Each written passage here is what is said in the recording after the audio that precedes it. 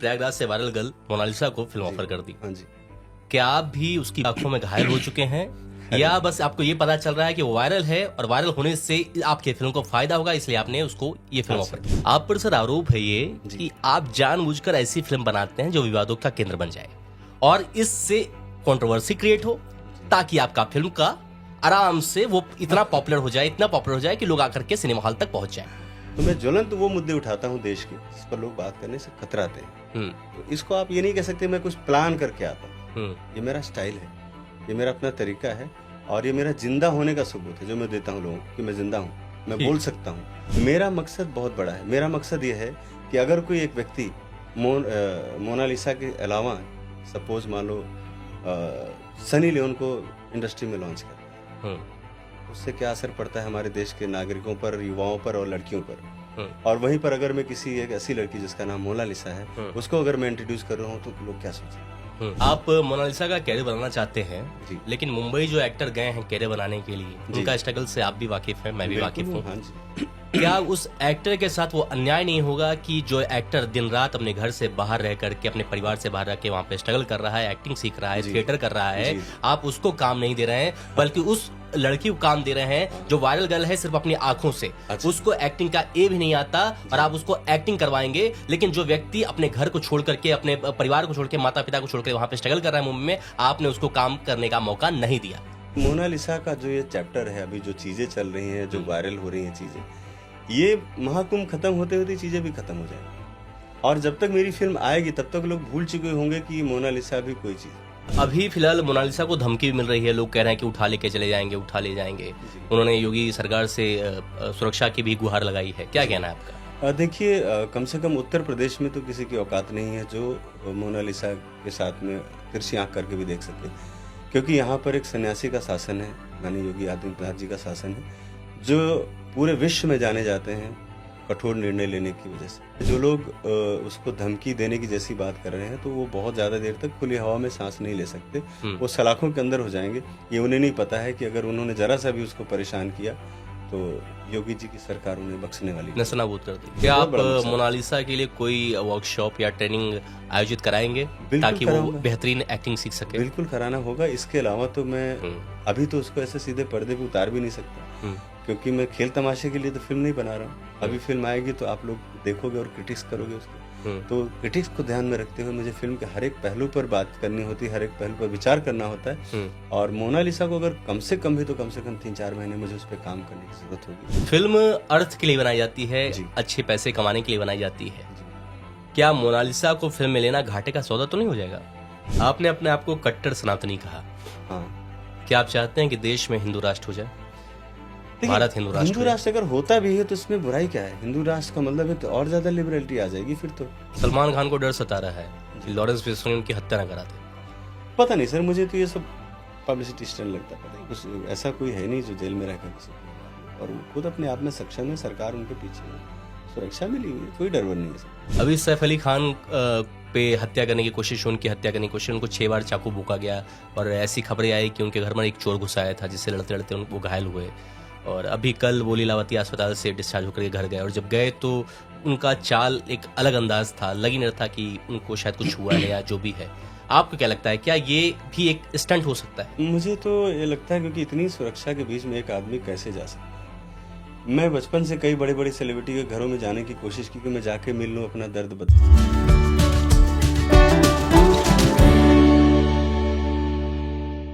नमस्कार, मैं अंकित मिश्रा, आप देख रहे हैं स्टेट में हिंदी का पॉडकास्ट। आज हमारे साथ जो शख्सियत, उनका नाम है सनोज मिश्रा।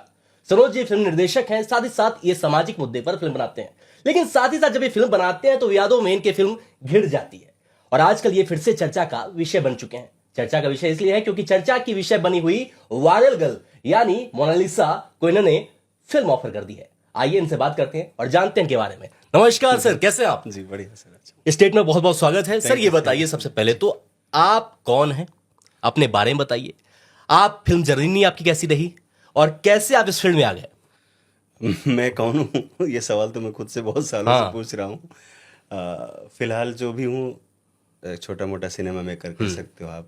5-10 फिल्में हैं मेरी रिलीज अभी तक, और मेरी जर्नी एक बहुत छोटे से गांव से शुरू होती है, एक नहर के किनारे से, जहाँ मैं सपने देखता था कि काश यहाँ से धर्मेंद्र जी गुजर रहे होते, काश यहाँ से फला सेलिब्रिटी गुजर रहा होता और तो मैं उनसे मिलता, मैं उनसे बात करता। और मेरी ज़िंदगी में ही वो ऐसा समय भी आया कि मैंने उसी नहर की पटरी पर ऐसे बड़ी बड़ी सेलिब्रिटी के साथ फिल्म भी मैंने बनाई। तो मैं वो शख्सियत हूँ जो मैंने छोटी सी आंखों से जो सपना देखा था वो मैंने उसको साकार होते हुए अपनी लाइफ में मैंने देखा। और मेरा सफ़र कुछ 30-32 सालों का है अभी तक। 32 साल हो गए मुझे 93 से लेकर अभी तक। और इतने समय में करीब 10-12 साल तक तो सिर्फ सिनेमा सीखता रहा, क्योंकि उस समय सिनेमा सीखना बहुत ज़रूरी होता था। मोबाइल में अभी की तरह फिल्म नहीं बना लेते थे लोग, लेंस के बारे में रील पर फिल्में बनती थी।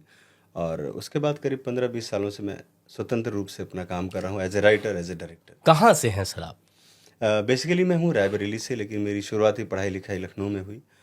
और अब देखा जाए तो जो सवाल है कहाँ से हैं, तो मुंबई में भी हमें परदेसी कहा जाता है और गांव में भी परदेसी कहा जाता है। तो हम कलाकार लोग कहीं के नहीं रह गए, ना घर के रह गए ना बाहर के रह गए। वैसे मुंबई में ज़्यादा समय मेरा बीता है। आप पर सर आरोप है ये कि आप जानबूझकर ऐसी फिल्म बनाते हैं जो विवादों का केंद्र बन जाए और इससे कंट्रोवर्सी क्रिएट हो, ताकि आपका फिल्म का आराम से वो इतना पॉपुलर हो जाए कि लोग आकर के सिनेमा हॉल तक पहुंच जाए। देखिए, अगर मैं किसी अछूते मुद्दे को उठाता हूँ अपनी फिल्म के जरिए, तो ये आरोप नहीं होना चाहिए। ये इस पे अप्रिशिएशन होना चाहिए कि कोई एक ऐसा व्यक्ति भी तो है बॉलीवुड में जो नशाखोरी, नंगापन और ये भद्दे भद्दे गाने और नेकेड सीन्स के बजाय मुद्दों पर काम कर रहा है। और किसी की हिम्मत होती तो वो भी कर सकता था, मैं ही क्यों कर रहा हूँ? क्योंकि मुझे पता है कि मुझे काम क्या करना है और मुझे सिनेमा क्या बनाना है। मैं बड़े स्टार कास्ट के पीछे 5-10 साल अपना समय नहीं बर्बाद कर सकता कि उनके पीछे भागूं और फिर बोले 5 साल के बाद कि मैं आपके साथ काम नहीं करना मुझे। तो मैं अपनी सब्जेक्ट को हीरो बनाता हूँ। अब मेरा सब्जेक्ट हीरो रहेगा तो जाहिर सी बात है कुछ लोगों को अच्छा लगेगा, कुछ को बुरा लगेगा। तो मैं ज्वलंत वो मुद्दे उठाता हूँ देश के जिस पर लोग बात करने से कतराते हैं। तो इसको आप ये नहीं कह सकते मैं कुछ प्लान करके आता हूँ। ये मेरा स्टाइल है, ये मेरा अपना तरीका है और ये मेरा जिंदा होने का सबूत है जो मैं देता हूँ लोगों को कि मैं जिंदा हूँ, मैं बोल सकता हूँ, मैं ऐसे मुद्दों पर बात कर सकता हूँ जिस पर बॉलीवुड भागता है, बात भी नहीं करना चाहता। ठीक है, आपने अभी प्रयागराज से वायरल गर्ल मोनालिसा को फिल्म ऑफर कर दी। हाँ जी। क्या आप भी उसकी आंखों में घायल हो चुके हैं या बस आपको ये पता चल रहा है कि वो वायरल है और वायरल होने से आपके फिल्म को फायदा होगा इसलिए आपने उसको ये फिल्म ऑफर की? देखिए, जहाँ तक उसकी बात है, बच्ची है और मेरे ख्याल से उतनी बड़ी मेरी बेटी भी है। और जहाँ तक वायरल होने की बात है तो इतने सालों में मैं मीडिया को तो कम से कम समझता ही हूँ। ये वायरल जो चीजें होती हैं झाग की तरह से बैठ जाती हैं और उसके बाद इनको कोई पूछने वाला भी नहीं होता। ये भी बात है, अभी कुछ चीजों के लिए ट्रेंडिंग में है, चीजें हो जाती हैं। मेरा मकसद बहुत बड़ा है। मेरा मकसद ये है कि अगर कोई एक व्यक्ति मोनालिसा के अलावा सपोज मान लो सनी लियोन को इंडस्ट्री में लॉन्च करता है, उससे क्या असर पड़ता है हमारे देश के नागरिकों पर, युवाओं पर और लड़कियों पर।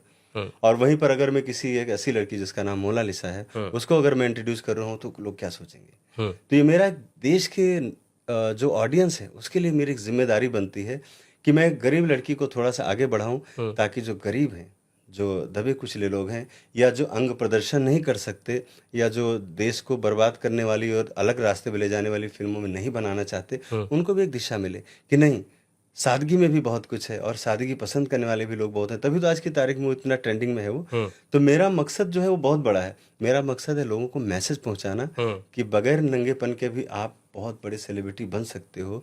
और इस मकसद को पूरा करने में मोनालिसा मेरे लिए अहम कड़ी है। ना कि वो है कि मतलब ट्रेंडिंग में है तो मैं भी आ जाऊंगा, मैं तो वैसे भी रहता हूँ, मैं फिल्में बनाऊंगा, अच्छी बुरी होंगी, लोग या तो आलोचना करेंगे तो आपके दिमाग में कैसे आया कि मोनालिसा के साथ हम फिल्म बना सकते हैं?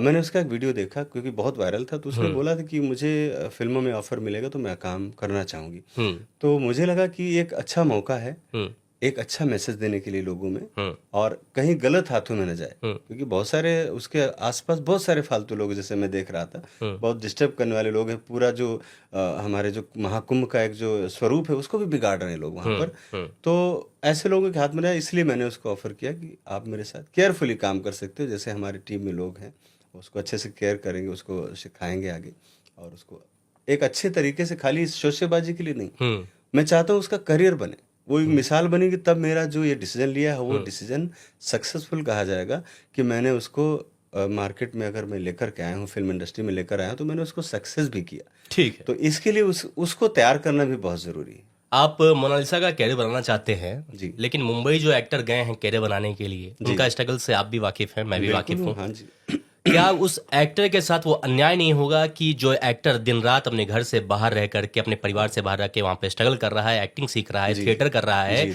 आप उसको काम नहीं दे रहे हैं बल्कि उस लड़की को काम दे रहे हैं जो वायरल गर्ल है सिर्फ अपनी आंखों से। उसको एक्टिंग का ए भी नहीं आता और आप उसको एक्टिंग करवाएंगे, लेकिन जो व्यक्ति अपने घर को छोड़ करके, अपने परिवार को छोड़ के, माता पिता को छोड़ कर वहां पे स्ट्रगल कर रहा है मुंबई में, आपने उसको काम करने का मौका नहीं दिया। दरअसल शाह जी, ये तो क्वेश्चन मेरे ऊपर बनता ही नहीं है। इसलिए नहीं बनता है कि आप मेरी फिल्मों को उठा करके देख लीजिए। मैंने जितने लोगों को as a newcomer, as a lead, as a main lead, as a second lead जितना काम दिया है या जिनके साथ मैंने काम किया उतना किसी और ने नहीं किया। क्योंकि मैंने आपको पहले भी बताया कि मैं बड़ी स्टार कास्ट के पीछे कभी नहीं भागा। एक दो फिल्मों को आप मेरी छोड़ दीजिए तो मैंने ऑलमोस्ट लगभग सभी फिल्मों में नए कलाकारों को ही मौका दिया। अभी लेटेस्ट रिलीज मेरी फिल्म है the diary of West Bengal, उसमें भी सारे नए कैरेक्टर, एक भी ऐसा चेहरा नहीं जिसको आपने कभी सिनेमा में देखा हो। तो ये पहली बात तो मेरे पर ब्लेम नहीं लगता है। दूसरी बात ये कि आपने उसी को क्यों रखा, मैंने आपको जैसा कि पहले बताया कि मैं एक अच्छा मैसेज देना चाहता हूँ कि लोग बगैर गंदगी फैलाए हुए भी सेलिब्रिटी बन सकते हैं, इसलिए मैंने उसको चूज किया है। और रही बात जहां तक न्यू कमर्स की देने की बात, काम में अपनी फिल्मों में तो मेरे से ज्यादा तो किसी ने नहीं दिया होगा। मोनालिसा की आप पॉपुलैरिटी से इन्फ्लुएंस हो गए और आपको लगा कि इसके साथ फिल्म बनाने से ही कुछ काम बनेगा अब? नहीं, मेरा मुद्दा ही बड़ा है, मेरा मुद्दा ही फिल्म का हीरो है और मेरा मुद्दा ही सबसे बड़ा होता है हमेशा। मैंने जैसे अभी आपको कहा कि मोनालिसा का जो ये चैप्टर है, अभी जो चीजें चल रही हैं, जो वायरल हो रही हैं चीजें, ये महाकुंभ खत्म होते होते चीजें भी खत्म हो जाएंगी। और जब तक मेरी फिल्म आएगी तब तक लोग भूल चुके होंगे कि मोनालिसा भी कोई चीज़ थी। फिर वहाँ पर फिल्म ही दिखाई पड़ेगी। फिल्म में अगर स्ट्रेंथ होगी, कैपेसिटी होगी, तभी फिल्म चलेगी और तभी मोनालिसा का भी करियर बनेगा। तो ये थोड़े समय के लिए जो पॉपुलैरिटी है, ये सिनेमा के लिए तो बिल्कुल नहीं होती है, क्योंकि ये झाग की तरह उठी और ख़त्म हो गई। तो मैं तो उसके लिए एक लॉन्ग टाइम के लिए काम कर रहा हूँ, उसको पूरा तैयार करके उसको मार्केट में लाना चाहता हूँ, ताकि जैसे मैंने बताया कि मेरा मकसद ये है उसको सेलिब्रिटी बनाना, ताकि लोगों के लिए वो एक मिसाल बने। ठीक, मेरा ही मानना है। मुंबई में एक्टर बनने के लिए कितना कठिन परिश्रम करना पड़ रहा है लोगों को? बहुत, इसमें कोई शक नहीं। और जहाँ तक आपका जो कहना है कि जो लोग वहाँ पर स्ट्रगल कर रहे हैं, घर परिवार छोड़कर बड़ी विषम परिस्थितियों में रहते हैं, मैं उन्हीं के बीच में रहता हूँ और मैं उनके दर्द को बहुत बाखूबी समझता हूँ। और तभी मैंने इतने सारे लोगों के साथ काम, जितना भी मेरे से बन सकता है, जितनी भी मेरी कैपेसिटी है, उतने लोगों को मैं समेटता हूँ अपने साथ आसपास। और वो कोई सेलिब्रिटी नहीं होते, नए नए लोग होते हैं। और आप ये भी जान लीजिए कि ऐसी बहुत सारी फिल्में मैंने भी की हैं जिसमें मैंने अपने खुद के पैसे लगाए और न्यू कमर होने की वजह से फिल्म नहीं चली और मैं कर्जे में भी आ गया। लेकिन मुझे किसी से कोई शिकायत नहीं, क्योंकि मेरा अपना डिसीजन था। मैंने अपने हिसाब से चीज़ों को ऑर्गेनाइज किया, लेकिन नहीं चल पाई फिल्म। तो अब ये मेरा बनता है कि मैं फिल्म किस तरह से बनाऊं, क्योंकि रिस्क भी मैं ही लेता हूं ना। अगर फिल्म नहीं चलती तो कोई नहीं पूछने आता कि भैया इतना कर्ज आपके ऊपर हो गया है, कहाँ से दोगे आप। आदमी सुसाइड कर लेगा तो बोलेंगे अरे मर गया, वो तो कर्जे में था, मर गया। लेकिन आदमी कोई आगे नहीं आता है। तो मुझे तो ये भी देखना है, प्लस माइनस सब देख के चलना है। अब मेरी बंगाल डायरी अगर नहीं चलती तो लोग पैसा देने आते क्या मुझे, या कर्ज हो तो कुछ देता क्या, नहीं देता। तो हमें वो भी देखना है, खाली लोगों के कहने पर ही नहीं, हमें अपने व्यवसाय और बिजनेस भी देखना होता है। ठीक है, मोनालिसा की जैसी पर्सनालिटी है उसके हिसाब से कोई आपने कैरेक्टर सोचा है? ये फिल्म कौन सी होगी, फिल्म का नाम क्या होगा, कहाँ पर शूट होगा, कैसे उसको कैरेक्टर मिलेगा? जी, थोड़ा प्लीज बताएं। हाँ, मैं बताना चाहूंगा। ये फिल्म हमारी है द डायरी ऑफ मणिपुर और उसका शूट अगले महीने से शुरू हो रहा है। ठीक है, इसमें जो मोनालिसा का किरदार है वो एक ट्रेवलर है, मतलब एक उस फैमिली से बिलोंग करती है जो आर्मी बैकग्राउंड से है। और जो आर्मी ऑफिसर थे रिटायर होकर वो इम्फाल में ही बस गए वहीं पर। ये उनकी लड़की है, वो अपने फादर के लिए स्ट्रगल कर रही है, छोटे छोटे काम कर रही है। उसका सपना है बड़ा बनने का, डिफेंस में जाने का, ताकि देश के लिए कुछ कर सके। तो इस तरह से उसका एक रोल बहुत अच्छा डिजाइन किया है। और मेरे ख्याल से तो क्या कह सकते हैं कि वो लीड रोल रहेगा उनका? नहीं, लीड के पैरेलल रहेगा, ठीक है, लेकिन हाँ पैरेलल लीड रहेगा। और दूसरी बात है कि जिस तरह से उनका परिवेश रहा है, उस परिवेश से एकदम से बाहर निकालना भी अच्छा नहीं होगा। तो उसके कैरेक्टर के आसपास ही मैंने चीज़ों को बुना है, ताकि जो हम लोग उसके ऊपर काम करें, उसके साथ साथ उसका जो मौलिक चीज़ है वो भी उसमें इन्वॉल्व रहे। तो क्या ये और न लगे। क्या ये फिल्म जो रहेगी वो पूरा मोनालिसा के इर्द गिर्द ही घूमती रहेगी, या कुछ बड़े पात्र भी इसमें जुड़ने वाले हैं? नहीं, पात्र तो हैं और भी बहुत सारे, लेकिन मोनालिसा भी इसका एक बहुत अहम किरदार होगी। और उस अहम किरदार के बगैर हम इस फिल्म की कल्पना भी नहीं कर सकते, ये मैं आपको कह सकता हूँ। ठीक है, मतलब एक अहम किरदार उसका हिस्सा होगी फिल्म का। जी बिल्कुल। तो ये बताइए कि जनता एक खूबसूरती तो देख रही है मोनालिसा की आंखों में, जी जी लेकिन जब वो फिल्म में एज अ एक्टर काम करेंगी जी।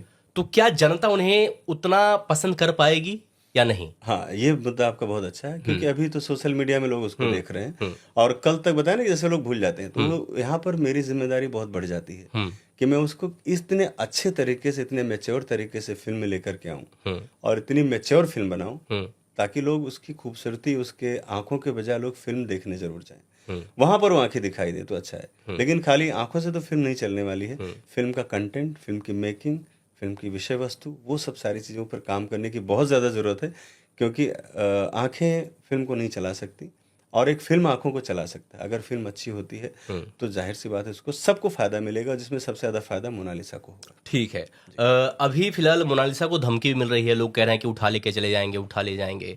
उन्होंने योगी सरकार से सुरक्षा की भी गुहार लगाई है, क्या कहना है आपका? देखिए, कम से कम उत्तर प्रदेश में तो किसी की औकात नहीं है जो मोनालिसा के साथ में तिरछी आंख करके भी देख सके, क्योंकि यहाँ पर एक सन्यासी का शासन है, माननीय योगी आदित्यनाथ जी का शासन है, जो पूरे विश्व में जाने जाते हैं कठोर निर्णय लेने की वजह से, जिन्होंने किसी की पक्षपात नहीं किया, कभी किसी के फेवर में जाकर काम नहीं किया। और आज जो उत्तर प्रदेश में आप सुशासन देख रहे हैं, ये उन्हीं की देन है। और ये जो लोग उसको धमकी देने की जैसी बात कर रहे हैं, तो वो बहुत ज़्यादा देर तक खुली हवा में सांस नहीं ले सकते, वो सलाखों के अंदर हो जाएंगे। ये उन्हें नहीं पता है कि अगर उन्होंने जरा सा भी उसको परेशान किया तो योगी जी की सरकार उन्हें बख्शने वाली नहीं। नस्तानाबूद कर देगी। हाँ, बिल्कुल बिल्कुल कर देगी। ठीक है, आपने मोनालिसा को फिल्म तो ऑफर कर दिया जी। क्या उन्होंने एक्सेप्ट किया या अभी तक नहीं किया?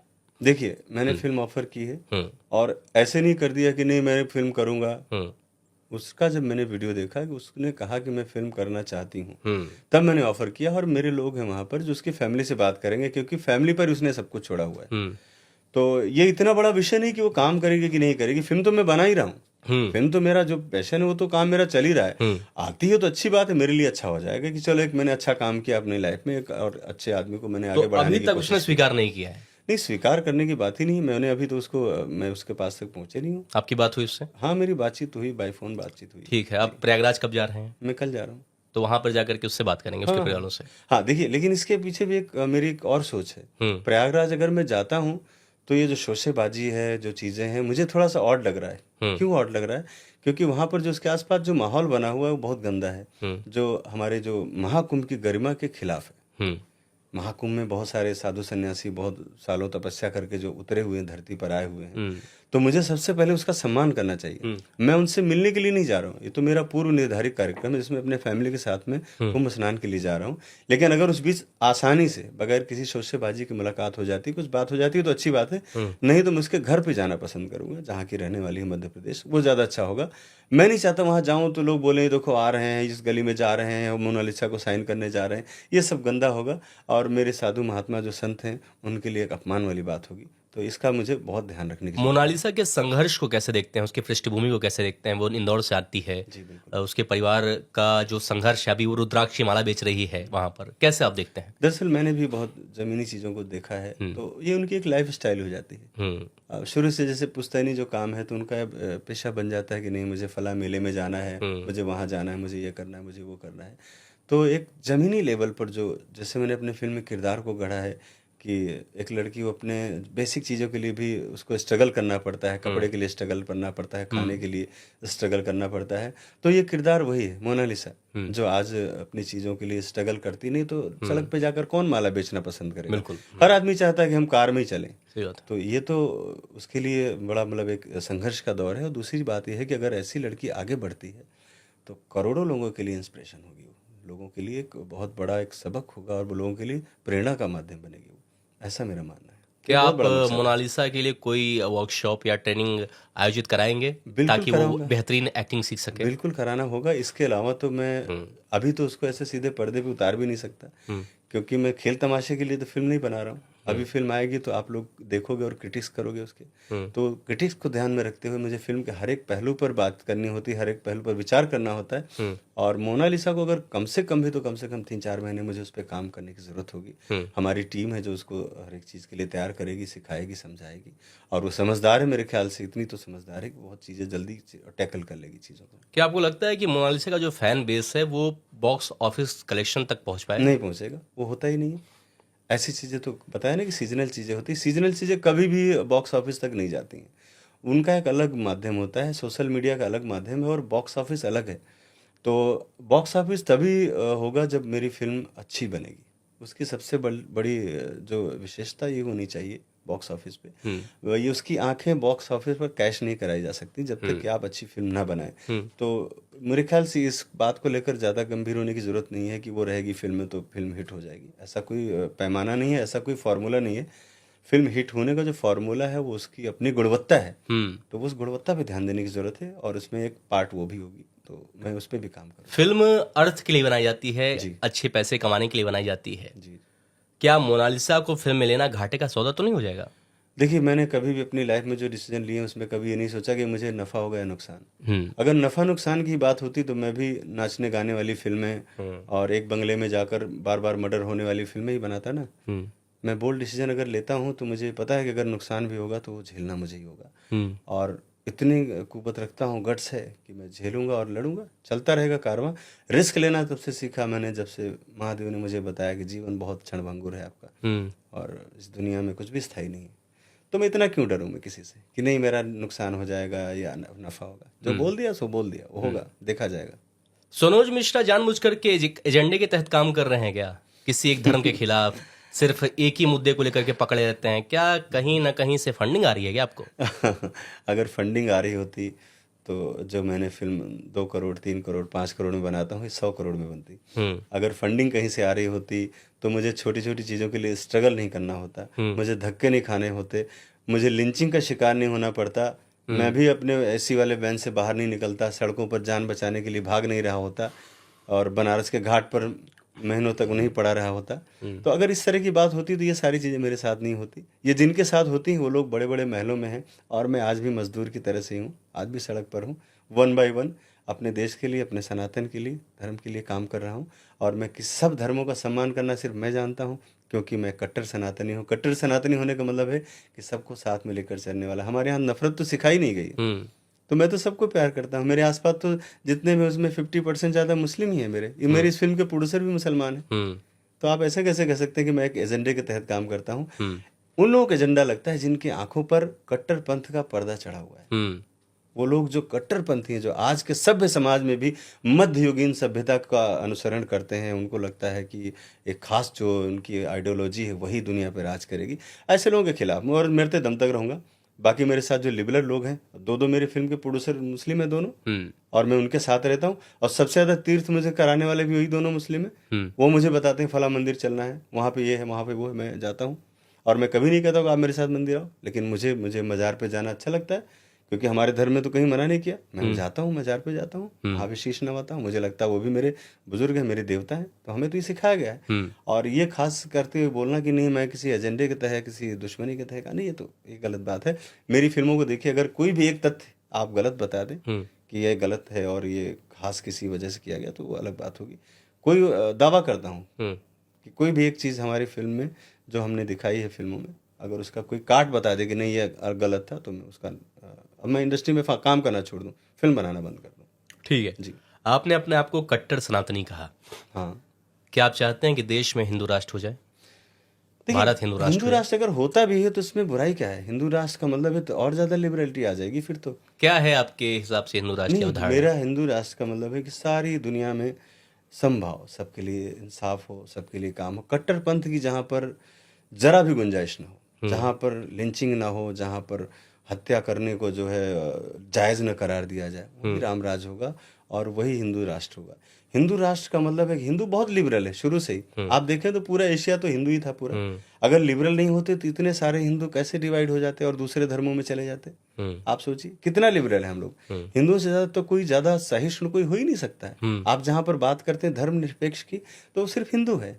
और कौन है धर्मनिरपेक्ष आप बताइए? ये तो घुट्टी सिर्फ हिंदुओं को ही पिलाई गई है ना कि ये धर्मनिरपेक्षता होती है। बाकी तो लोग अपने अपने धर्मों को मानते हैं। हम ही बोलते हैं ना कि हम सबको मानते हैं और तो बोलते नहीं मैं सिर्फ एक को ही मानता हूँ। तो इससे बड़ा वर्ल्ड में कोई एग्जाम्पल नहीं है सनातन और हिंदुत्व के बराबर। इसकी जो सोच है बहुत बड़ी है। इसको आप किसी धर्म के लेकर के या भगवा को लेकर के या किसी चीज़ों को लेकर संत महात्मा तक सोचते तो ये नहीं, ये बहुत बड़ी विचारधारा है और इस दुनिया को समेटने में सक्षम है।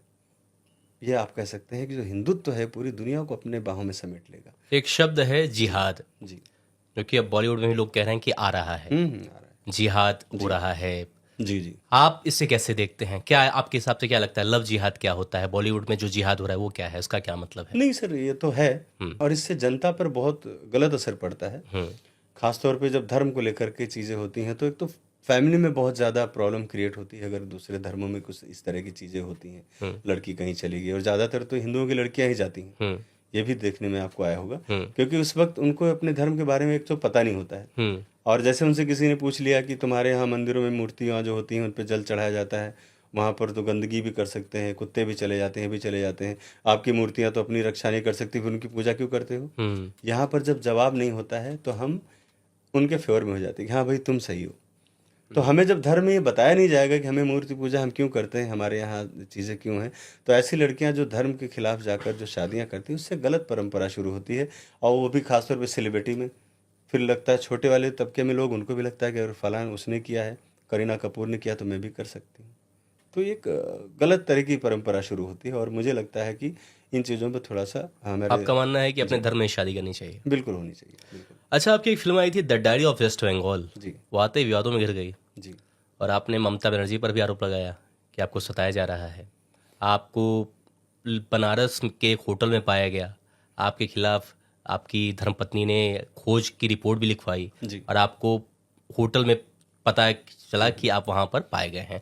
आप अपना फ़ोन भी उठा करके फेंक दिए थे। आप पुलिस से डर रहे थे, आपने कहा कि बंगाल पुलिस से आप डर रहे थे, प्रशासन डर रहे थे। क्या मामला था, पूरा बताएं। बहुत डिटेल में जाऊंगा तो बड़ी लंबी कहानी हो जाएगी, कम शब्दों में बताना चाहूँगा कि ममता बनर्जी जी से मेरा कोई वैसा वो नहीं था कि मैं कोई इंटेंशनली काम कर रहा था। बंगाल में मैं पिछले 3 सालों से मैंने काम किया, और वहाँ पर जिस तरह से जनसंख्या को उलटफेर किया जा रहा है, बाहर से लाकर लोगों को बसाया जा रहा है, मैंने उसके ऑथेंटिक बसाया जा रहा है, बाहर के रोहिंग्या मुसलमान जो आ रहे हैं बांग्लादेश के रास्ते से, वहाँ पर लाकर बसा कर उनको वोटर आईडी दिया जाता है, उनको राशन कार्ड दिया जाता है ताकि यहाँ पर रहो, खाओ और हमें वोट दो। तो मेन तो यही था मुद्दा मेरा, जिस पर मैंने बड़ी बारीकी से काम किया और उसको प्रूव भी किया। लेकिन सरकार को बुरा लगा, उन्होंने FIR की, कई तरह से मुझे लिंचिंग कराने का भी प्रयास किया गया। लेकिन जब बात आ जाती है कि समझने की कि भाई हम कहाँ पे हैं और क्या कर रहे हैं, तो मेरा ये मानना है कि जब फिल्म कंप्लीट हो गई, पिक्चर जब कंप्लीट हो गई, और उसके बाद जब हम लोग उसको रिलीज में लगे हुए थे, तो मेरे साथ एक निर्माता थे वसीम रिजवी। तो वसीम रिजवी जो थे वो पहले तो अपने आप को त्यागी हो चुके हैं। नहीं, त्यागी वागी कुछ नहीं होते हैं, वो तो खैर कहने की बात। अब त्यागी हो गए, वो नहीं हुए हैं, अपने आप को कहाँ से कैसे त्यागी हैं हम? कुछ नहीं, तो मैं भी बोल दूं कि मैं आज वो हो गया हूँ, मोदी जी तो नहीं बन सकता ना कहने से। आदमी के अंदर सोचिए, ईश्वर ने तुमको जिस धर्म में पैदा किया वो तुमको वहीं रहना चाहिए, तुम्हें इसको चेंज करने का हक नहीं है, बिल्कुल भी। मैं किसी को भी बोलूंगा। तो मैं उनकी बातों में आ गया, और मैंने उस फिल्म में मैंने उनको एज ए निर्माता लॉन्च किया, क्योंकि बोल रहे थे कि मेरे साथ अब लोग कोई साथ नहीं दे रहे हैं जब से मैं धर्म में आया हूँ, सनातन में आया हूँ। और जब फिल्म कंप्लीट हो गई तो उन्होंने भी, ममता बनर्जी से बड़ा तो धोखा उन्होंने मेरे साथ किया, और वो चाहते थे कि मैं बंगाल में जाकर मार दिया जाऊँ ताकि फिल्म उनकी हाईलाइट हो जाए। डायरेक्टर मर गया तो पिक्चर मीडिया में हाईलाइट हो जाएगी, सैकड़ों करोड़ कमाएगी, और सरकार खुश होकर उनको भी अपना कोई बड़ा। तो ऐसा आप लोग क्या फिल्म बना रहे हैं भाई जो विवादों के केंद्र में आ जा रहा है? नहीं, विवादों का केंद्र बना रहे लोग, मैं तो सच्चाई बता रहा हूँ। सच्चाई आप एक्सेप्ट नहीं करना चाहते तो आप विवाद खड़े करेंगे। फिर अगर आप सच्चाई को एक्सेप्ट करते हैं तो आपको सैल्यूट करना चाहिए, हाँ यार ये फिल्म तो अच्छी बनाई इन्होंने। लेकिन जब वही मैं दिखाया कि जिस तरह से रोहिंग्या आ रहे हैं वहाँ पर, किस तरह से तुष्टीकरण हो रहा है, तुष्टीकरण की पॉलिटिक्स कैसी हो रही है, तानाशाही क्या हो रही है, तो बुरा लग रहा है लोगों को। तो इसमें तो विवादित फिल्म तो नहीं कह सकते। तो आपके हिसाब से आप सच्चाई दिखा रहे थे। निर्भीक फिल्म कहिए इसको, आप विवादित मत बोलिए, निर्भीक कहिए, असली सिनेमा कहिए। एजेंडा वाला सिनेमा तो ये लोग बना रहे हैं, जो सनातन को नीचा दिखाने के लिए, हमारे देश में कल्चर को खराब करने के लिए जिस तरह से लोग फिल्म बना रहे हैं, उनको एजेंडा वाली फिल्में। हम तो निर्भीक फिल्में बना रहे हैं, निडर। आपके ऊपर FIR भी हुआ? एक तो हुआ है, बंगाल आदत हो गई तो बंगाल प्रशासन से भाग करके आप बनारस आकर गए। अब मुझे क्या हुआ उस वक्त, जब मुझे बोला गया, रिजवी ने मुझे कहा कि जाकर आप वो जमानत करा लो वहाँ से। पता नहीं किसने साजिश की, उसी ने की होगी, और वहाँ पर लोगों ने मुझे घेर लिया, मुझे वहाँ से भागना पड़ा। इधर ये क्राइम ब्रांच में कई जगह इसने FIR मेरे नाम फर्जी करा रखी थी, तो मैं इधर रिजवी से भी जान बचा रहा था, उधर बंगाल पुलिस से भी जान बचा रहा था। तो जैसे आपने कहा कि मैं बनारस के होटल में पे आ गया, तो मैं होटल में गया ही नहीं, मैं घाट पे बैठा था। 6 दिन तक मैं वहीं था। आप अपना फोन स्विच ऑफ कर दिए थे? फोन फेंकना पड़ा मुझे, ट्रैक कर रहे थे लोग ना मुझे। तो मैंने अपने लॉयर से बात किया, लॉयर ने बोला कि सबसे पहले आप फोन अपने से दूर करो। कौन था आपकी हत्या के पीछे जो कराना चाहता था? बंगाल सरकार। बंगाल सरकार आपकी हत्या करना चाहती थी? बिल्कुल, और इसमें वसीम रिजवी का भी पूरा हाथ था, वो भी चाहता था, क्योंकि उसका मकसद था राज्यसभा बना, सरकार खुश हो जाए। अरे बाप रे, इतनी बड़ी फिल्म बना दी, क्योंकि बनाया मैंने, सब कुछ मेरा, रिसर्च मेरा, काम मेरा, रात दिन मैंने काम किया। और वो बोला है मैंने किया, सब मैंने किया, सब मैंने किया। अरे कहाँ से सीखा तुमने? मदरसे में सीखा क्या? मैं 32 साल से हूँ इंडस्ट्री में, अभी तक मैं नहीं सीख पाया फिल्म बनाना, और वो फिल्म बना डाले। बंगाल डायरी बोले मैंने बना दी, मैंने काम किया, मैं रिसर्च किया, मैं वहाँ गया। अरे बाप, कितनी बड़ी हिट हुई इस फिल्म? अब हिट तो बहुत बड़ी होती, लेकिन वो जब उनका मकसद ये अलग हो गया कि नहीं खाली डायरेक्टर को डैमेज कर दिया जाए, तो जाहिर सी बात है कि शो ऑफ होकर रह गई फिल्म। जिस तरह से जिस मकसद के लिए बनी थी, जिस बहुत बड़ा उसका मकसद था, और आज भी लोग उसका इंतजार कर रहे हैं कि अरे भैया पिक्चर कब आ रही। तो आप सोचिए, जहाँ पर लोगों ने फिल्म को देखा है 100% में 100% लोगों ने अप्रिशिएट किया। मतलब अगर दूसरे धर्म का भी बंदा देखना गया है तो फिल्म की बुराई नहीं की उसने, भले ही कुछ ना बोला हो, निकल गया हो। और जो लोगों ने फिल्म को देखा है उनसे पूछिए कि फिल्म किस मकसद से और कितना संवेदनाओं को लेकर के आती है फिल्म हमारी। उसके पीछे दिमाग नहीं है, दिल है। जो दिल से मैंने काम किया, रात दिन जो मैंने काम किया, इमोशंस मैंने रखे उसमें। अगर मेरे अंदर इमोशंस ही नहीं होगा तो मैं फिल्म कैसे बनाऊंगा? तो फीलिंग थी मेरी फिल्म में, और कभी भी आप लोगों के सामने आएगी तो आप देख सकते हैं। अभी वो FIR चल रही है या खत्म हो गई है? देखिए, महाराज जी से मतलब माननीय योगी आदित्यनाथ जी से मिलने के बाद मैंने उनसे सारी बातें रखी, चूँकि अदर स्टेट का भी मैटर था।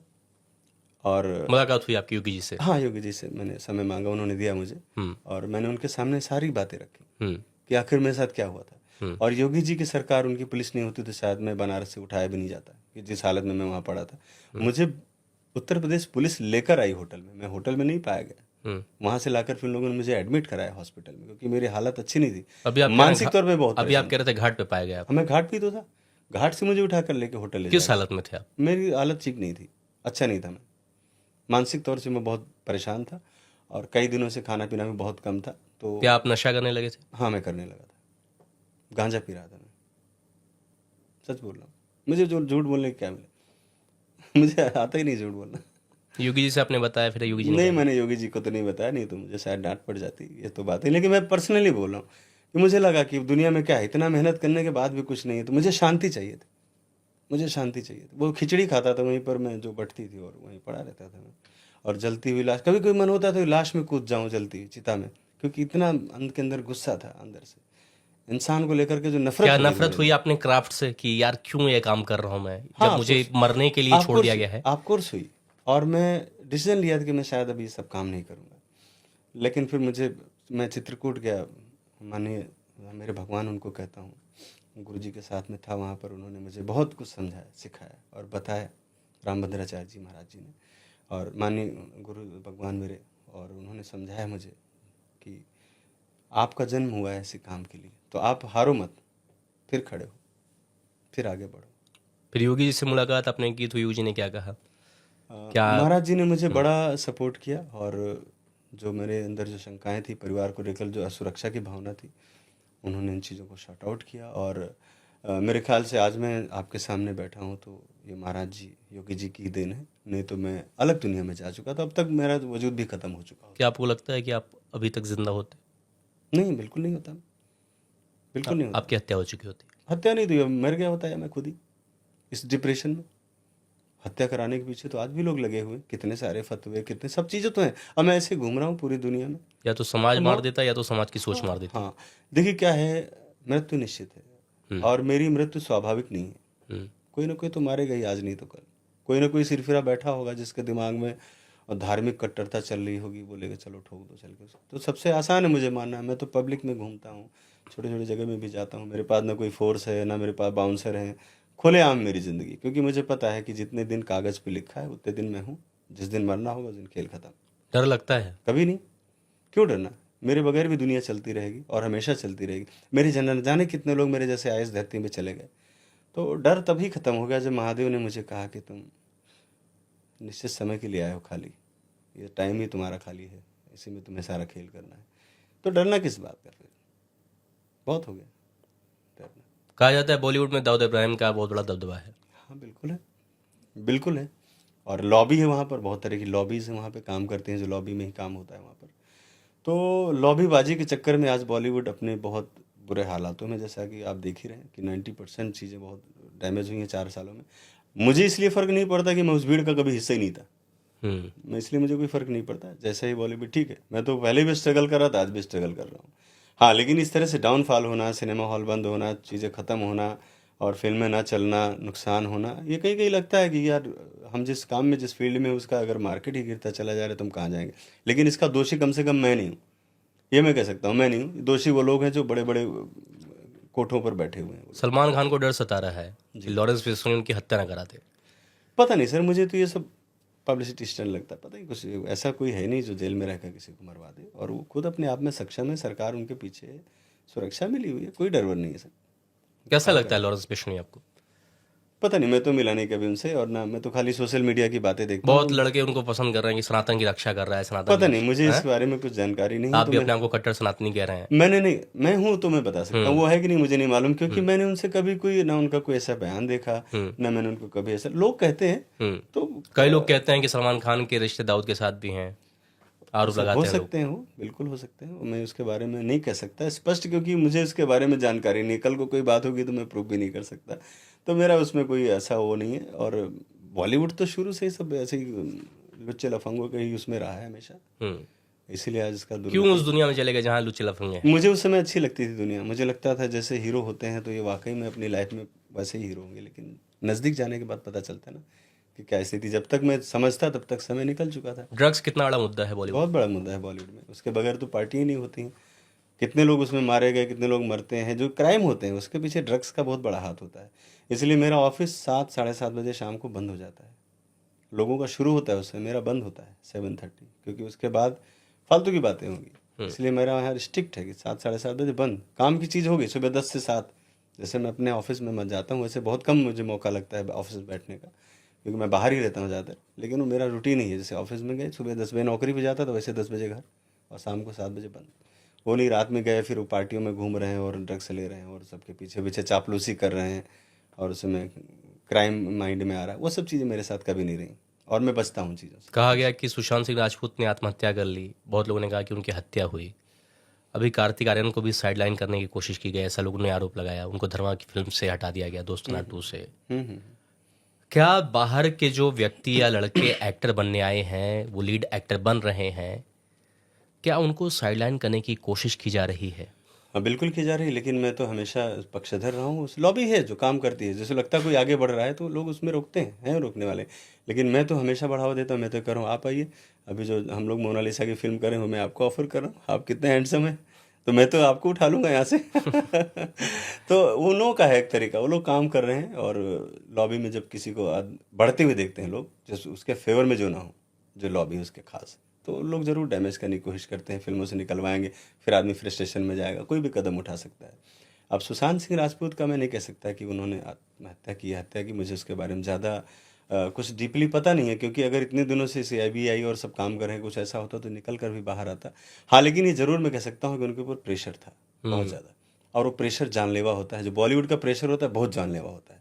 उस प्रेशर से मैं गुजरा हूँ, इसलिए कह सकता हूँ कि बहुत, उस प्रेशर में आदमी कुछ भी कर सकता है, बस ये। अभी सैफ अली खान पे हत्या करने की कोशिश, उनकी हत्या करने की कोशिश, उनको 6 बार चाकू भोंका गया, और ऐसी खबरें आई कि उनके घर में एक चोर घुस आया था, जिससे लड़ते लड़ते वो घायल हुए। और अभी कल वो लीलावती अस्पताल से डिस्चार्ज होकर के घर गए, और जब गए तो उनका चाल एक अलग अंदाज था, लग ही नहीं रहा था कि उनको शायद कुछ हुआ है या जो भी है। आपको क्या लगता है, क्या ये भी एक स्टंट हो सकता है? मुझे तो ये लगता है, क्योंकि इतनी सुरक्षा के बीच में एक आदमी कैसे जा सकता है। मैं बचपन से कई बड़े बड़े सेलिब्रिटी के घरों में जाने की कोशिश की कि मैं जाके मिल लूँ, अपना दर्द बता दूँ, मुझे तो किसी ने घुसने नहीं दिया आज तक। और एक आदमी रात में 2 बजे जाता है, ये सवाल उठते हैं, सुरक्षा पर सवाल उठते हैं, और ख़ासतौर पर इतनी बड़ी सेलिब्रिटी जो आज की तारीख में, जो पूरे देश विश्व में लोग जानते हैं जिसको, उसके घर में इतनी आसानी से जो आदमी एंट्री कर जाता है और उसके बाद चाकुओं से वार भी करता है, तो ये बहुत सारी चीज़ें इसमें हैं जो वास्तविकता से अलग है। क्या लगता ये है? शक पैदा करती है, चीजें डाउट पैदा कर सकती है कि इसके पीछे कुछ और वजह भी हो सकती है, खाली चोरी की वजह तो नहीं हो सकती। चोरी करने के लिए 12वें माले पे जाकर आदमी एक सेलिब्रिटी को चाकुओं से नहीं मारेगा, या जैसे बोला जा रहा था कि वो बेटे को उनको किडनैप कर लिया था, बोला 1 करोड़ रुपए लेके आओ, ये तो फिल्मी स्क्रिप्ट है। ऐसा तो क्या कभी आपको लगता है ये स्वाभाविक फिल्मी नहीं होता। स्टंट ही है, इस एक तरीके से शायद हो सकता है कोई फिल्म आने वाली है उसका लाभ लेने के लिए? नहीं, वो तो हो भी सकता है, लेकिन चूंकि वो घायल हुए हैं तो जाहिर से कुछ तो बात हुई है। लेकिन मुझे नहीं लगता है कि बाहर की चोरी का मामला है, कुछ उनके आपस का ही मैटर है उसमें, मेरा जहाँ तक मानना आपको लगता है कि फिल्मों में विवाद होना कभी कभी फायदेमंद साबित होता है? है। मुश्किल ही होता है, बहुत कम। कंट्रोवर्सी अगर हो गई तो फायदा हो गया, जैसे पद्मावत के बाद कंट्रोवर्सी हुई हाँ, तो हाँ। फिल्म बहुत अच्छी हिट नहीं, हुई। कभी फायदा मिलता है और नुकसान भी होता है। आपकी फिल्मों को क्या मिलता है? नहीं, कंट्रोवर्सी में नुकसान भी बहुत होता है, क्योंकि एक बहुत बड़ा तबका जो है ना आपसे कट जाता है। हम्म आम जो फिल्म होती है उसमें और कंट्रोवर्सी में ही फर्क होता है कि एक बड़ा तबका आपसे हट जाएगा, आपका ऑडियंस कट जाएगा, तो वो नुकसान भी होता है आपका। फायदा बहुत कम होता है, रियर होता है, ये आप जान लीजिए। आपकी एक फिल्म आई थी काशी टू कश्मीर, जी। इसके पीछे आपकी क्या सोच थी? काशी टू कश्मीर बहुत अच्छे मकसद को लेकर फिल्म बनाई थी मैंने, और उसके साथ बैड लक ये रहा कि उसमें कुछ ऐसे प्रोड्यूसर थे जो हमारी विचारधारा से मैच नहीं खाते, मतलब वो वामपंथी जैसे लोग थे। तो उन्होंने इस फिल्म को आने ही नहीं दिया, वरना हम कश्मीर फाइल से पहले रिलीज करते फिल्म को, और हमारी पूरी तैयारी थी हर तरह से कई बार फिल्म का बिजनेस भी हुआ। लेकिन वो लोग जो वामपंथी सोच के लोग हैं, उन्होंने हमेशा उसमें अड़ंगा लगाया, और मुझे लगा कि शायद कुछ निर्माता ऐसे भी थे जिनको लालच दिया गया हो, कुछ पैसे दिए गए हो कि इस फिल्म को गटर में डाल दिया जाए। तो पिक्चर आज की तारीख में इतनी विशाल फिल्म, एक बड़ा सिनेमा जिसके आगे मैं भी नहीं पहुंच पाया, वो आज की तारीख में साइड चला गया। लेकिन अफसोस नहीं, उन चीज़ों को और लेके फिर के आ रहा हूँ ऐसा बाहर से। क्या है मिश्रा जी कि आप फिल्म बना रहे हैं और वो फिल्म ठंडे बस्ते में चली जा रही है? सर मैं ही नहीं हूँ, हमारे साथ हजारों लोग ऐसे हैं, जिसमें 5-10 लोगों की तो फिल्में चल रही, 5 लोग। पिछले साल जितनी फिल्में रिलीज हुई उसमें सिर्फ 5 फिल्में चली हैं, जिसमें सेमी चलने वालों से मैं हूँ। आप ये समझ लीजिए, गुमनामी के अंधेरे में नहीं हूँ। बाकी जो 1000 फिल्में गुमनामी के तो अंधेरे आप में। गुमनामी के अंधेरे से निकलने के लिए ही आपने क्या मोनालिसा का नाम लिया क्या? नहीं नहीं, ये बात नहीं है, क्योंकि मेरा बताया ना कि मोनालिसा मेरी फिल्म के लिए इफेक्टिव नहीं है। आज नहीं, लेकिन आज आप जब इस बात को करते हैं तो आज आप चर्चा का केंद्र बन चुके मैंने हैं। आपको ये बताया कि मैं बनारस जा रहा हूँ, मैं नहीं चाहूंगा किसी तरह कोई चर्चा हो। साइलेंटली कोई बात होगी तो ठीक है, गरिमा की बात है। हाँ, ये बात है कि अगर मैं इस वक्त जो चीजें आई हैं मेरे सामने कि भाई उसको अगर मैं सपोर्ट नहीं करूंगा, एक अच्छा मैसेज जाएगा लोगों में, मेरी इस तरह से और 10 लोग आएंगे ना, उत्साहित होंगे, और एक किसी गरीब का भला होगा, इसमें क्या बुराई है। ठीक है, ये बताइए, आप फिल्म को शूट कर लेते हैं, फिल्म ठंडे बस्ते में चली जाती है, नहीं, लेकिन एक फिल्म है। लेकिन जब शूट करते हैं तो कितना बड़ा चैलेंजिंग होता है आपके लिए? बहुत शिद्दत से। क्योंकि आप तो उसी प्रदेश में रहकर के उसी प्रदेश के खिलाफ आप फिल्म शूट कर रहे हैं। आप सोचिए कि मैं जब काशी टू कश्मीर शूट कर रहा था, उस समय धारा 370 नहीं हटी थी वहां पर, और ना मेरे साथ कोई पुलिस सुरक्षा थी, ना कोई था, और ना वो वामपंथी निर्माता थे वहां पर, क्योंकि मैं अकेला था वहां। मैंने वामपंथियों के बजाय अपने तरीके से फिल्म को शूट किया। वो हमने बांदीपुरा, अनंतनाग, कुपवाड़ा, बड़े बड़ी जगहों में, और बगैर किसी सुरक्षा के। तो वो जो जीना होता है उस समय सिनेमा के लिए, और वो एक खास टाइम पर आकर जब आप किसी और के अंडर में हो जाते हैं, तो लगता है कि यार मैंने मेहनत किस लिए की। तो आपकी चीज़ों को जब मिनिमाइज कर दिया जाता है कि नहीं मैंने पैसे लगाए हैं फिल्म में, खाली पैसे से तो आप मुझे नहीं खरीद सकते ना, पैसे से मेरे विचार नहीं खरीद सकते। मेरे विचार तो आएंगे दुनिया में। आप एक फिल्म आप रोक लोगे, लेकिन दूसरे को तो नहीं रोक पाओगे ना। तो मेरी लाइफ में एक ही फिल्म है जो सिर्फ डब्बे में गई, बाकी कोई फिल्म नहीं डब्बे में गई, क्योंकि मैं बनाने से पहले उसको ठिकाने लगाने के बारे में पहले इंतजाम कर लेता हूँ, तभी आगे बढ़ता हूँ। मेरी छोटी से छोटी फिल्म भी रिलीज हुई है 400-500 थिएटर, उसके बाद OTT पे गई होगी। कहते हैं फिल्मों जो फिल्म है, सिनेमा है, वो समाज का आईना है जी। क्या आप मानते हैं कि आपकी फिल्म का जो संदेश है वो सही जगह पहुंच रहा है और लोग, ऑडियंस उसको स्वीकार कर रहे हैं? हाँ बिल्कुल, कुछ लोग हैं जैसे कि आपकी विचारधारा से सब लोग तो सहमत नहीं होंगे, तो कुछ लोग ऐसे भी हैं जिनको लगता है कि नहीं, आप उनके जो जहन में जो चीजें कट्टरपंथ चल रहा है उसके खिलाफ है, तो उनको बुरा लग सकता है। लेकिन मेरा जो विचार है, जो मेरी विचारधारा है, लोगों तक जिस सिनेमा के माध्यम से पहुंचाना चाहता हूँ, वहां तक पहुंच रही है, और लोग उसको अप्रिशिएट भी कर रहे हैं। आपको बहुत लोग ट्रोल भी करते हैं, आपके ट्रेलर पर भी विवाद होता है, आपको कानूनी नोटिस भी आता है, जी। कैसे झेलते हैं इस चीज़ को? मुझे लगता है कि मैं गलत नहीं हूँ कहीं से, तो मैं साइलेंटली उसके साथ रहता हूँ। मुझे जो करना है मैं कर रहा हूँ, नोटिस आ रहा है उसका जवाब देता हूँ, केस होता है उसमें लड़ता हूँ जहाँ तक भी बन पड़ता है। अब जैसे बहुत दूसरे स्टेट में मुझे परेशान करने के लिए केस किया गया, तो मैं नहीं गया वहाँ पे, क्योंकि मेरे पास इतनी शक्ति नहीं कि मैं हर तीसरे दिन जाऊँ और वहाँ पे सिर्फ कचहरी में खड़ा होने के लिए, वो भी फर्जी केस में। तो इस तरह से तो एक कानून का एक तरह से मजाक बनाना है, कानून को हथियार बनाने वाली बात हो जाती है। तो ये भी चीज़ें हमारी लाइफ में बहुत सारी रही हैं, और मैं इनसे भी जूझता रहता हूँ। कोई आपका ऐसा कोई विवाद जो आपके जीवन का सबसे बड़ा विवाद रहा? यही वेस्ट बंगाल वाला, डायरी ऑफ वेस्ट बंगाल। इसको आप भूल नहीं पाते? नहीं, ये आज भी सदमे की तरह है, आज भी मुझे जब याद करते हैं तो? हाँ, बहुत डिप्रेशन में चला जाता हूँ, मैं याद नहीं करना चाहता। और ये लाइफ में बहुत ही मतलब मैंने अपनी मौत को अपनी आंखों से देखा, इतना कह सकते हैं। तो मैं इस हादसे को याद नहीं करना चाहता। भोजपुरी फिल्म भी निर्देशित किया है आपने जी। पवन सिंह के साथ काम किया आपने। हाँ। कैसे आदमी लगते हैं? बहुत अच्छे, बहुत अच्छा। मतलब उनका जो नेचर है वो बहुत नैसर्गिक, मतलब बहुत नेचुरल है, और उनको समझाने समझने की जरूरत है। बहुत ही इनोसेंट है वो, मतलब मेरे हिसाब से। और मैंने बड़ा ही कंफर्टेबली उनके साथ काम किया। सबसे ज़्यादा मैंने कंफर्टेबल उन्हीं के साथ काम किया। अच्छा जी।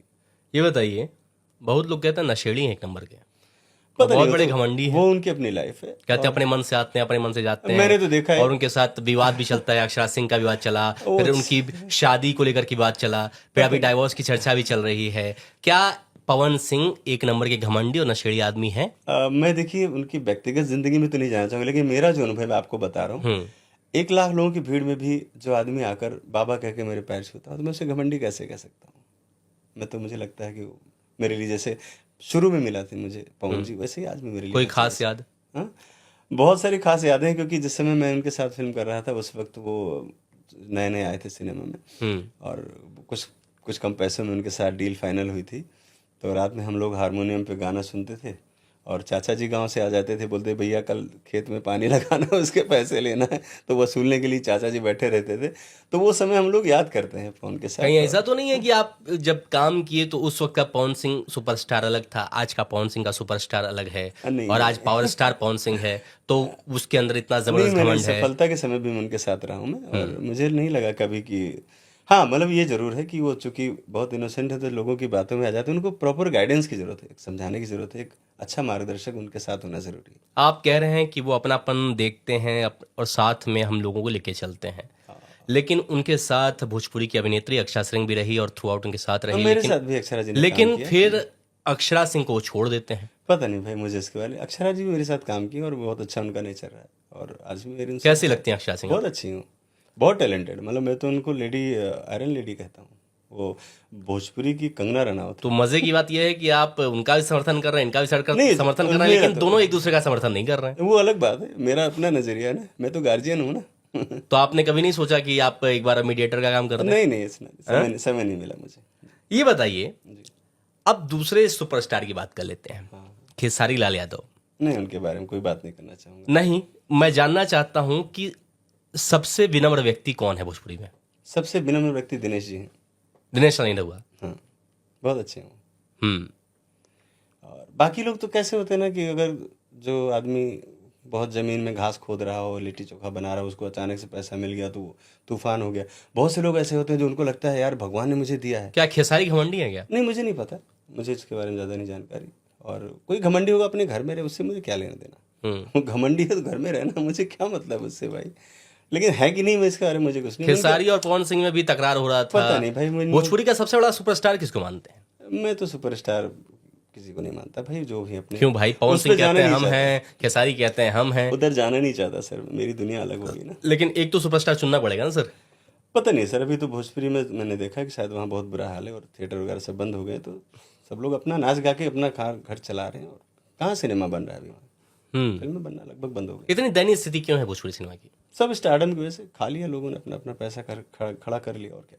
किसी को पनपने नहीं दिया वहाँ, इंडस्ट्री पनपने नहीं दी, अच्छे लोग पढ़े लिखे लोगों को आने नहीं दिया। वो अनपढ़ गंवार जो लोग थे उन्हीं को साथ में काम करना है उनको, तो कैसे चलेगी आगे? क्या भोजपुरी सिनेमा सिर्फ ढोली और चोली तक ही रहेगी? वहीं तक रह गया, बिल्कुल सच है, इसमें कोई संदेह नहीं। तो आम आदमी जो था दर्शक, वो तो कट गया ना उससे। अनसेटल लोग देखते रहे और उसके बाद वो भी खत्म। आप लोगों ने जिम्मेदारी नहीं निभाई कभी? कोशिश की, लेकिन मैं अलग थलग पड़ गया फिर। एक और मुद्दा बहुत बड़ा भोजपुरी सिनेमा में है, ठाकुर बनाम यादव। पता नहीं सर, मुझे इसके बारे में ज्यादा। भगवान का गाना चली कि अहिरान के गाना चली? ये गलत बात है, कभी नहीं होना चाहिए। ये सब गंदी चीजें, ये बहुत गंदगी, ये गंद है। नहीं तो उधर तो चलता है कि भाई हमारे ठाकुर बानी तो हमारे गाना चली, तो नहीं तो अहिरान के गाना चली। पता नहीं भाई, मुझे मैं केकर गाना चले के चाहिए। हम तो ये कहता नहीं कि हम सुनते नहीं की। तो रहुआ के क्या लगता है कि के बढ़िया बाटे केकर रहुआ के तमगा देव? गानवा के अगर जहाँ तक बात हुई तो पवन सिंह से बड़ा सिंगर के होने की। सिंगर सबसे बढ़िया पवन सिंह बने, और बाकी खेसारी पता नहीं भाई। वो तो गावले उठलाली से रोटी बोल के। पता ना, हम सुन लेना उनका रखे। रहुआ का एकदम दिक्कत बा खेसारी से? ना कौन दिक्कत ना, हम जानते नहीं कि उनका रखे, हम ना सुनिए भाई, पता ना बा हम क्यों हुआ। कौन तकरार था का? ना कबहू ना, कोनो भेटे नहीं खे हमारे उनसे। रवि किशन से? रवि किशन जी के ठीक बा, रवि किशन के तरह कहता नहीं ठीक बा, लेकिन खेसारी के साथ तरह फिल्म बना ले पानी ना, वैसे ही बन गई है गलती से। फिल्म का नाम हम आपके बता दी जाए दी, कोनो बात नहीं कि वो गलती रहल हमारी जिंदगी के, कुछ गलती होला ना, हमेशा लाइफ में गलती होती रहती है इंसान से। रवि किशन कैसे आदमी लगते हैं? है अपना ठीक है, मतलब भी अपना अपना उल्लू सीधा कर लेते हैं और क्या। तो बोलबम करते हैं भाई, कुछ नहीं, वो सब महादेव करेंगे देखो, सब। महादेव उनके साथ हैं, इसलिए वो जिस चीज़ों के लिए डिजर्व नहीं करते वहाँ भी उनको महादेव सेटल कर देते हैं, बस यही उनके साथ। तो ठीक है, अपनी उनकी लाइफ है और उनका अपना अंदाज है, जी रहे हैं वो, और हमें अपने तरीके से सांसद बन गए हैं। अरे अच्छी बात है भाई, कैसा लग रहा है? ठीक है। आप बहुत सारे सांसद है, 400 हैं। न्याय कर पा रहे हैं कि नहीं गोरखपुर से? पता नहीं भाई, गोरखपुर वाले बस सांसद ही बने हुए भाई, गोरखपुर में तो मैं जानता हूँ बाबा का राज है, हैं। योगी बाबा का राज है, योगी बाबा ही वहाँ की सरकार चलाते हैं, योगी बाबा ही सब कुछ, वहाँ के लिए सब कुछ योगी बाबा है। और रवि किशन? अब रवि किशन क्या है मुझे नहीं मालूम भाई, मैं तो वहाँ जाता भी नहीं हूँ, सांसद है वहां से? मैं गया भी हूँ तो कभी मैंने मिलने की भी कोशिश नहीं की, मैं तो अपने बाबा से मिलके चला आया। और मनोज तिवारी मृदुल? मृदुल भैया भी अच्छे हैं, ठीक है, उन्होंने अपना रास्ता बनाया। मृदुल भाषी है कि नहीं वो? बहुत मृदुभाषी और अच्छे हैं, हाँ। उसमें कोई शक नहीं, बढ़िया आदमी है। और उन्होंने सिनेमा से लेकर पॉलिटिक्स का अपने नए आयाम बनाए उन्होंने, तो ऐसे लोग साधारण नहीं होते। ये बताइए, जी, अब जो लड़के मुंबई में स्ट्रगल कर रहे हैं उनको सही दिशा दीजिए बिल्कुल, इस पॉडकास्ट के माध्यम से। बिल्कुल जरूर। मैं चाहूँगा कि जो हमारे पॉडकास्ट लोग जो दिख रहे हों और ख़ासतौर पे फिल्म लाइन में स्ट्रगल कर रहे हूँ, मैं उनसे ये कहना चाहूँगा कि अपना आकलन बहुत ज़रूरी है। अपने आप को समझिए कि मैं क्या हूँ, और कभी मत ये सीखिए कि मैं सोचिए कि मैं बहुत सीख गया हूँ, बहुत बड़ा एक्टर बन गया हूँ। नहीं, आप जितना भी ये समंदर है, जितनी गहराई में जाएंगे उतना आपको मजा आएगा। आप पढ़िए, अच्छे अच्छे ऑथर को पढ़िए और सीखने की प्रक्रिया करिए। जब सीखें, आपको खुद लगे कि हाँ मैं कुछ, तब आप आगे बढ़िए। और जरा से भी अगर आपको लगता है एक शॉट दिया और मैं स्टार हो गया, तो फिर वो चीज़ें आपको आगे नहीं ले जाएंगी, पब्लिक से कनेक्ट नहीं कर पाएंगे आप। स्टारडम वाला खेल मत खेलिए, वहीं पे आप दब जाएंगे नीचे। ये बताइए, बहुत लड़कों की दुविधा है भाई, दुविधा ये है कि घर वाले भेज दिए, अरे तुम तो सुंदर दिखते हो भाई, तुम यहाँ क्या कर रहे हो, अरे तुम मुंबई जाओ। लड़का पहुंच गया मुंबई, अब पहुंच गया मुंबई, ऑडिशन की लाइन में खड़ा हुआ है, यारी रोड में खड़ा हुआ है, आराम नगर में खड़ा हुआ है, महाड़ा में खड़ा हुआ है, फोर बंगलो में खड़ा हुआ है। अब दिक्कत ये है कि वहीं सुनता है not fit, not fit, not fit. अब बेचारा वो निराश होता है, निराश होता है तो क्या लत लगती है? नशे की। नशे में यूथ चला जा रहा है, बॉलीवुड का एक बड़ा ये भी कारण है। ऐसे लोगों को क्या कहना चाहेंगे जो सिर्फ और सिर्फ बिना एक्टिंग सीखे मुंबई पहुंच जा रहे हैं और उनको लग रहा है कि वो कल को कल शाहरुख खान बन जाएंगे? दरअसल ऐसी लोगों की संख्या थोड़ी बहुत नहीं है, 90% है। वही मैं कह रहा हूँ। और ये जो भीड़ है ना, इस भीड़ की वजह से जो जेन्युइन लोग हैं, जिनको वाकई में काम मिलना चाहिए, वो भी भीड़ में दब जाते हैं, क्योंकि कंपटीशन बहुत बढ़ जाता है। और ये जो भीड़ होती है बहुत जल्दी कुंठित हो जाती है, कुंठित होकर ये लोग फिर तमाम तरह के उल्टे सीधे काम करने लगते हैं। तो सबसे पहले मैंने कहा कि अपना आकलन पहले आप करिए कि आप एलिजिबल हैं कि नहीं। अब मैं फिल्म बना रहा हूँ द डायरी ऑफ मणिपुर, लेकिन मेरे ऊपर प्रेशर है बहुत ज़्यादा। लोग बोले, मैंने कहा भाई नॉर्थ ईस्ट के लुक अलग होते हैं, बोले हम लोग, हमारा लुक हम बना लेंगे। अब जो लोग इस तरह की बातें करते हैं कि हम लुक बना लेंगे, तो वो कैसे, कितना मैच्योर, आप बताइए। पहाड़ों पे लोग जो रहते हैं उनका अलग लुक है, आपका अलग है, लेकिन फिर भी मेरे प्रेशराइज है। तो ऐसे लोग जो सोचते हैं कि नहीं हम वो कर लेंगे, इसका मतलब अनमेच्योर है। अनमेच्योर लोगों का तो बिल्कुल भी जरा कोई भी ठिकाना नहीं बॉलीवुड में, और उनके हाथ कुछ नहीं लगेगा निराशा के अलावा। इसलिए मेरा सबसे रिक्वेस्ट है कि कुछ भी अगर कहा तो आप तैयारी के साथ आइए। हर इंसान सीखता है ना, पैदा होने के बाद तो सब कुछ सीखता है। आप सिनेमा भी सीखिए कुछ दिन, पढ़िए कुछ दिन, समझिए, तब आइए। आप आके अचानक से आपने रील बनाया और बोला, मुंह बना दिया मिथुन दे की तरह से और गोविंदा की तरह से, तो आप एक्टर नहीं हो गए आप। भाई जो रील वाला जो चक्कर चला है तो और ज्यादा खराब करा है लोग, प्रॉपर एक्टिंग। लेकिन लोग कास्टिंग उसी की कर रहे हैं भाई, रील वाले की। भाई तुम्हारे 1.5 लाख फॉलोअर आ जाओ फिल्म में, भाई तुम एक्टर हो, तुम्हारे 100 फॉलोअर हैं, तुमको काम नहीं मिलेगा भाई, क्योंकि तुम सिर्फ 100 फॉलोअर रखते हो, तुम 1.5 लाख फॉलोअर रखते हो, तुम 1 मिलियन सब्सक्राइबर रखते हो, फॉलोअर रखते हो, तुम आ जाओ, तुम्हें एक्टिंग भले ना आती हो। उसके पीछे इसका एक बहुत बड़ा कारण तो डायरेक्टर भी है ना, कास्टिंग एक्टर भी है। हाँ, लेकिन मैंने अभी तक ऐसा कुछ नहीं किया, ये भी जान लीजिए। लोगों के बारे में बता रहा हूँ, वो क्या चाहते हैं कि अगर ये मेरी फिल्म में रहेगा, पिक्चर जब रिलीज होगी तो मेरी पिक्चर प्रमोशन हो जाएगा, लेकिन उससे कुछ नहीं होता। मैंने देखा कुछ भी नहीं होता। तो कहीं ना कहीं फिल्म की क्वालिटी पर भी तो असर पड़ रहा है, असर, गंदा असर पड़ रहा है, और टैलेंटेड लोग हतोत्साहित हो रहे हैं। तो भैया एक्टर कहाँ जाए? एक्टर को बस, एक्टर तो फिर नशे में जाएगा। हाँ बिल्कुल, ये गलत परंपरा है बॉलीवुड की। तो इसको कैसे समाधान क्या है, कैसे खत्म करें? क्योंकि समाधान, अब तो भैया सब चाहेगा कि वो हिट हो, सब चाहेगा सोशल मीडिया पे छाए। अब आप भी मोनालिसा को इसलिए ला रहे हैं क्योंकि भाई वो फॉलोअर उसके बहुत अच्छे होने वाले हैं, आपको लगता है आप, लेकिन ये बात ये भी कह रहे हैं कि उसके फॉलोअर जब तक मेरी फिल्म रिलीज होगी वो गिर जाएंगे। लेकिन बात सही है, लेकिन आज जो चर्चित लड़की हो चुकी है आप भी तो उसी को कास्ट कर रहे हैं। मैं भी तो चर्चा, मैं कौन सा उससे कम हूँ? आप भी तो चर्चा का विषय बन चुके हैं। बिल्कुल बन चुका तो हूँ, कहीं ना कहीं कंट्रोवर्सी तो ले रहे हैं आप भी। नहीं, मैं कंट्रोवर्सी बिल्कुल नहीं ले रहा हूँ। हाँ। मैं अपनी फिल्म की क्वालिटी पे जा रहा हूँ। मैंने आपको जैसे बताया कि मुझे कंट्रोवर्सी चाहिए नहीं, मैं कल मिलूंगा अभी आपने कहा कि आप नॉर्थ ईस्ट की को रिप्रेजेंट करेंगे, तो क्या मोनालिसा नॉर्थ ईस्ट की लड़की लगती है? नहीं है, लेकिन मैंने आपको जैसे बताया कि मेरी फिल्म की कहानी में मैंने आपको बताई, खाली वहाँ पे नॉर्थ ईस्ट के लोग थोड़े ना है। आप जाएंगे तो वहाँ पे आर्मी में, वहाँ डिफेंस में, मेरे कितने रिश्तेदार वहाँ पे नौकरी कर रहे हैं जाके, तो सब तो नहीं है वैसे, लेकिन हाँ मैक्सिमम लोग हैं वहाँ पर। कब होगी ये शूटिंग? ये अगले महीने शुरू हो रही। कब तक पूर्ण हो जाएगा? अप्रैल तक, मई तक। हाँ। अगले साल? हाँ, अगले साल। चलिए, मतलब 1 साल बाद आपको हाँ हम जी। अब फिर से एक बार आपका चर्चा करेंगे हाँ, साथ में। जी, जी। और देखते हैं कि ये फिल्म कितनी बड़ी हिट साबित हुई, और आशा करते हैं कि दर्शक सिनेमा हॉल तक जरूर खींच के आएगा। तो ये थे हमारे साथ फिल्म डायरेक्टर सोनू मिश्रा, जिन्होंने बताया कि वो फिल्म को लेकर के क्या सोचते हैं, उनकी सोच क्या है, साथ साथ मोनालिसा को लेकर के वो फिल्म क्यों करना चाहते हैं, इस विषय पर उन्होंने बात की। मैं अंकित मिश्रा आपके साथ जुड़ा था, और अच्छा लगे तो प्लीज लाइक करें, शेयर करें, सब्सक्राइब करें, वहां वेट करें अगले एपिसोड के लिए। धन्यवाद।